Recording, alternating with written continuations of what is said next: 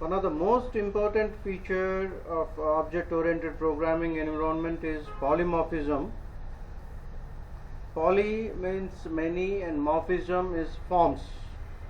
We have two types of polymorphism: compile time polymorphism and runtime polymorphism. Compile time is again divided into two types: function overloading and operator overloading.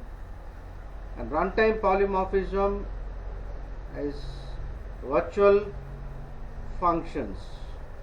So we'll see compile time polymorphism in this session. The two topics: function overloading and operator overloading.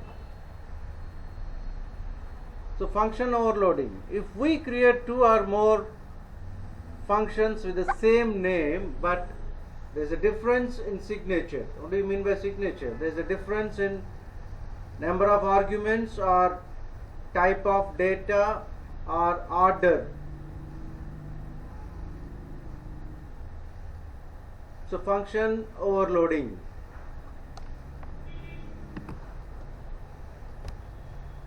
The basic advantage of function overloading is it increases the readability of the program. You don't need to use different names for different functions. All the functions which are performing different type of actions can have the same name, but there must be difference in number of arguments, data type, or order of data type. We'll see the things clearly with a simple example program. Look at the program. The class name is CAL. Look at line number 6 and line number 10. We have two member functions, add and add. Line number 6 is a function with two arguments, int a, int b. Line number 10 is also with the function name add with three arguments, int a, int b and int c. Look at the main program. Line number 16 and line number 18, we created an object cal c, and line number 19 and 20, we are calling the methods add. Look at the call c.add 10, 20. Automatically the control will be transferred to the member function at line number defined at line number 6 because it is of two arguments. Look at another call c.add 12, 20, 23. Three arguments. Automatically the control will be transferred to the function which is defined at line number 10. And how it identifies? Here we have two functions with the same name add, but there is a difference in number of arguments. One is with two arguments and one is with three arguments. So any number of functions can have the same name if you are following in this session.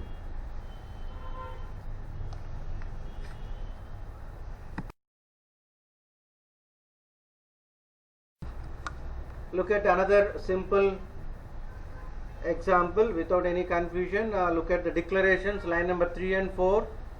Line number 3 and 4 are declarations. Line number 7 and 11 are definitions.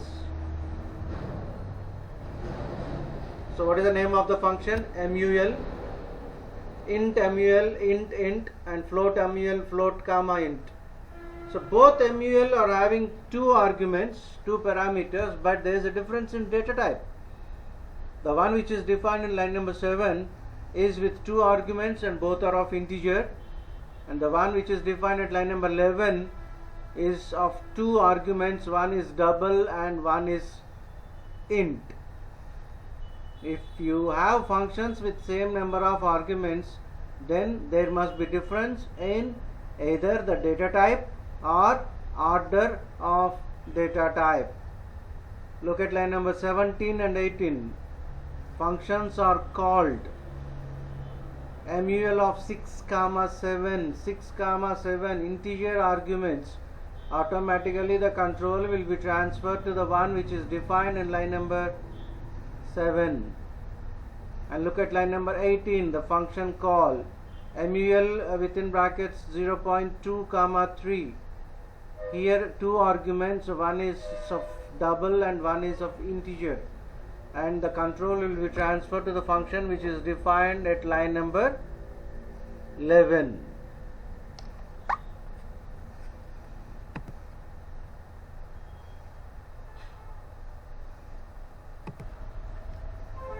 Sometimes the compiler will be unable to decide which function is to be invoked. So this situation is known as function overloading ambiguity, and the compiler does not run the program. So what are the various causes of ambiguity? Type conversion, function with default argument, and function with pass by reference, that is your call by reference. We'll see all the three possibilities with the demo programs. Look at the program clearly. Look at line number 3 and 4. We have declarations, fun, one is integer and one is float. And look at line number 5 is your definition part of one with integer argument. Line number 9 is definition part of with the float argument.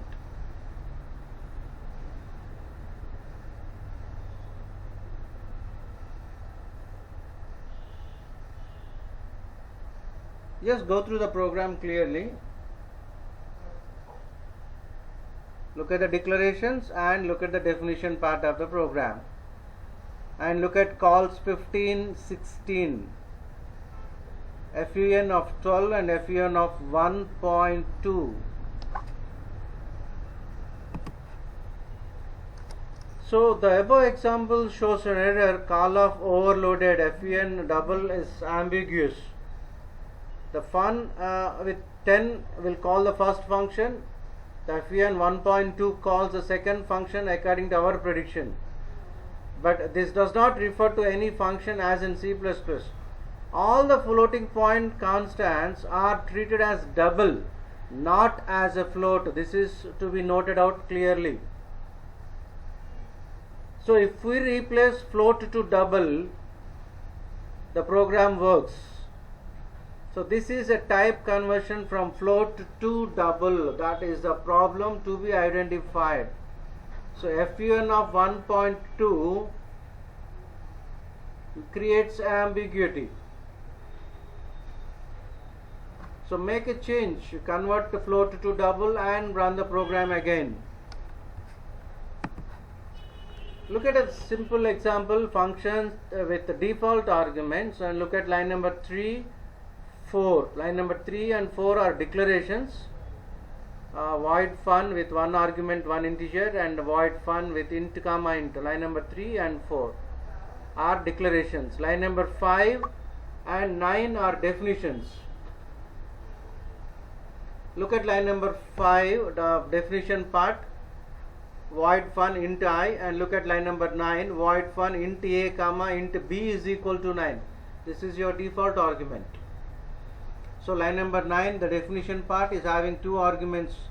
Both are integer, but the second argument is given with value 9. Now look at line number 16, the function call, fun within brackets 12. This creates ambiguity. Even though the second function at definition, like line number 9, is having two arguments, but one is a default argument. So we need to pass only one argument. In these type of situations, there exists an ambiguity.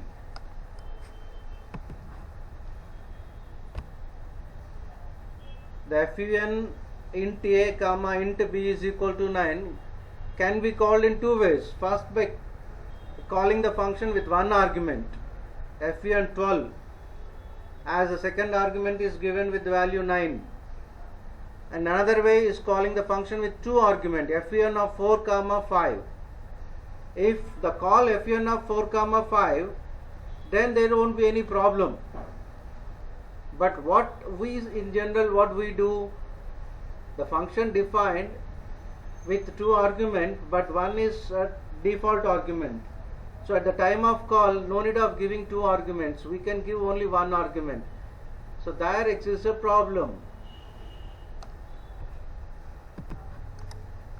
And the third one is function with the passed by reference, that you call by reference. Look at line number 3 and 4, function declarations with function name fen, void fen of int and void fen of int ampersand symbol. Look at the definitions. Definitions are outside main. Outside main can be below main or above main. Here they are defined below main. Line number 11 and line number 15. So both are two different functions with the same name fun, and both are having only one argument when both are of integer. One is int x and one is int nb. So there exists an ambiguity at the time of function call. Look at line number 8. Fun of a, it shows an error. Which f is to be called? As both the functions are having only one argument, and both the functions with one argument as of integer only.